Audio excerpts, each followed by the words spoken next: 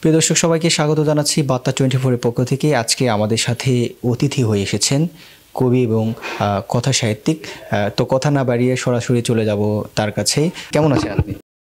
জি ভালো আছি। আপনি কেমন? আলহামদুলিল্লাহ ভালো আছি। আপনাকে বার্তা 24 এর অনেক অনেক স্বাগতম জানাচ্ছি।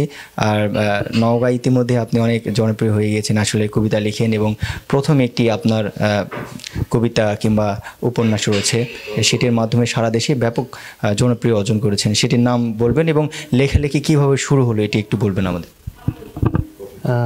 ধন্যবাদ। আমি আসলে লেখালেখিটা ছাত্র অবস্থা থেকে এমনি লিখি আর কি, টুকটাক করে লিখতেই থাকি।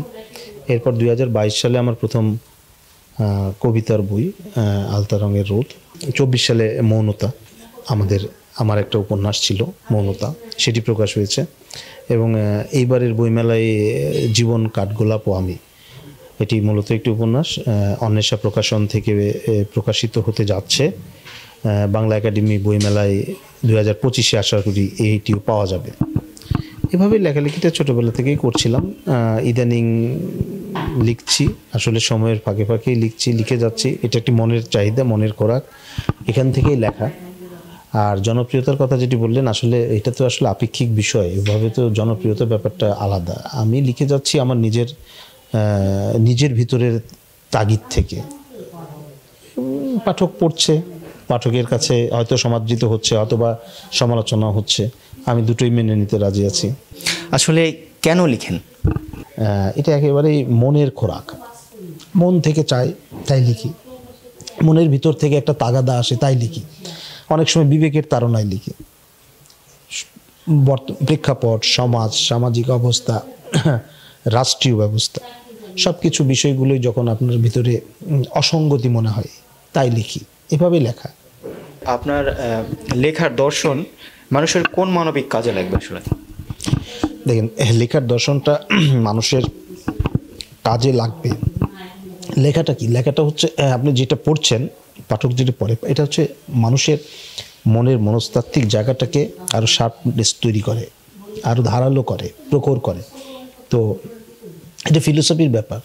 তো আপনি যেটা লিখছেন, আমি রাষ্ট্রীয় কিছু, আমার এবারে যে উপন্যাস আসছে জীবন কাঠগোলাপ ও আমি দেখেছি 54 বছরের একটা রাষ্ট্র, এই রাষ্ট্রের 54 বছরের মধ্যে দেখা যাচ্ছে যে অনেক অসঙ্গতিগুলো আছে, যেগুলো সমাজের সঙ্গে 54 বছরের রাষ্ট্র এটা সমাধান করতে পারলো না, বা এটা নিয়ে চিন্তাও করছে না। তো এই বিষয়গুলো নিয়ে আমরা কিন্তু তুলে ধরতে চেয়েছি, উঠে যেতে চাইছি। এরকমভাবে লেখকরা আসলে এই লেখাগুলো তার মনের তাগিদে লিখবে, পাঠকরা পড়বে, এবং এটা থেকে নিশ্চয়ই কখনো না কখনো একটা সমাজ, একটা জাতিসত্তা জাগ্রত হবার পেছনে এই লেখকদের লেখার মিনিমাম কিছু জায়গা তো থাকছেই, এবং এই লেখাগুলো দিয়ে পাঠক সচেতনতা তৈরি করা আসলে এটাই লক্ষ্য। জাগতিক মানুষগুলো দেখার প্রক্রিয়ায় লিপ্ত, লেখা পড়ে না, তাহলে লেখার আসলে ভবিষ্যৎ কি? দেখেন, জাগতিক মানুষ লেখা পড়ে না এই কথার সাথে আমি একেবারে একমত না। তবে আপনি যদি বলেন হ্যাঁ,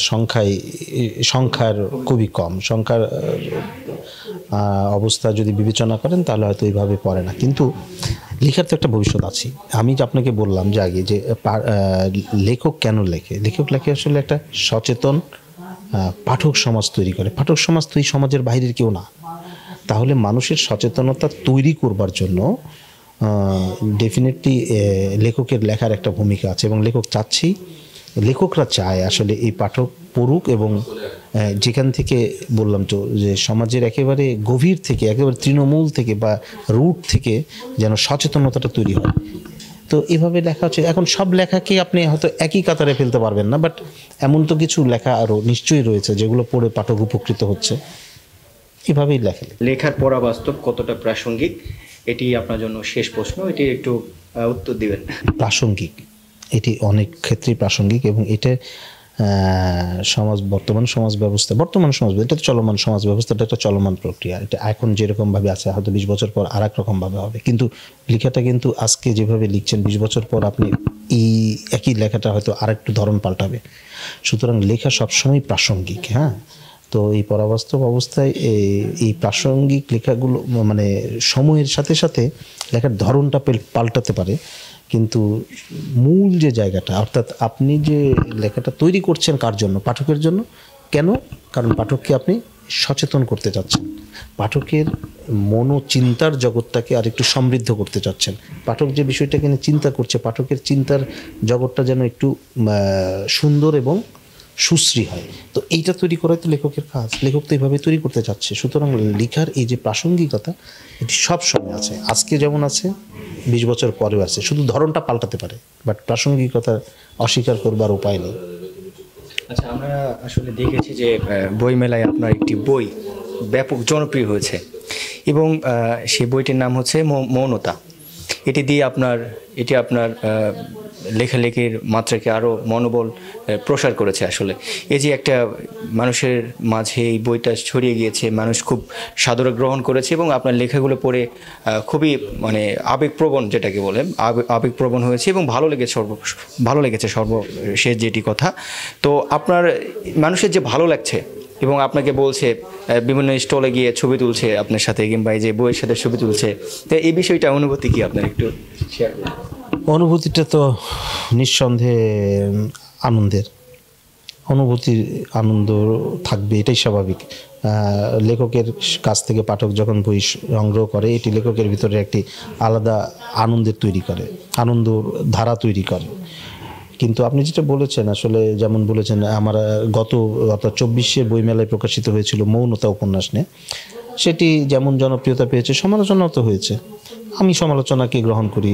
আমাকে অনেকেই বলেছে এটাকে এরকম করলে আরও সুন্দর হতো, আরও ভালো হতো, আমি করবার চেষ্টা করেছি। তো 2025-এ আমি এসে সেখান থেকে মনে করেন যে আরেকটু নিজেকে ইমপ্রুভ করেছি, নিজেকে আরেকটু সমৃদ্ধ করেছি।